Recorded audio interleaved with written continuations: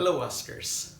I also believe that the Bible is an inerrant and inspired Word of God, but at times we use it against others or against ourselves. There are many ways on how we use the Bible as a weapon against others or against ourselves, but I will only cite 3 ways on how we do it. First is manipulation or control and silencing others. Sometimes we use it to mock unbelievers or to judge or to condemn others. Surely there are prescriptions in the Bible wherein Jesus said, for example, love one another, do this and do that. There are prescriptions. But if we use those prescriptions to judge or mock or condemn others, then I think we're going too far. Or perhaps we use it to silence others. For example, you were arguing with another person and you started your argument with a Bible verse. I think that it's a weak idea to do that. I don't mean to say that the Bible is a weak source or that it's false if you begin using Bible verses. But many people in the public square don't believe in the Bible. So beginning your argument from the Bible, I think is not a good idea.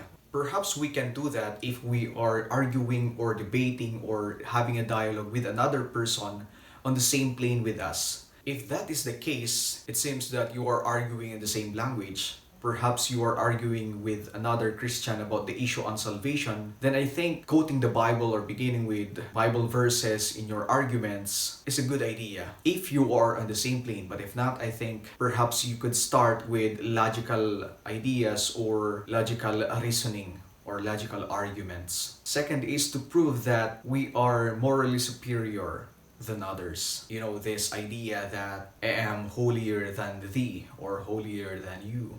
We share quotes in social media or we memorize verses in the Bible. Those things are not bad, but let's not fall into this idea that if we share Bible verses, then we become holy or we become morally superior than others. Or perhaps we are doing number 3, which is we use it to distract ourselves from our pains or insecurities or even our traumas. It's true that the Bible can give us strength. It's true that we can gain inspiration from different stories like David defeating Goliath or Job enduring suffering. But sometimes this can distract us to face really our pains or sufferings or our traumas. But in gaining strength or inspiration from the Bible, I hope that they will not distract us on facing our own troubles or sufferings in life.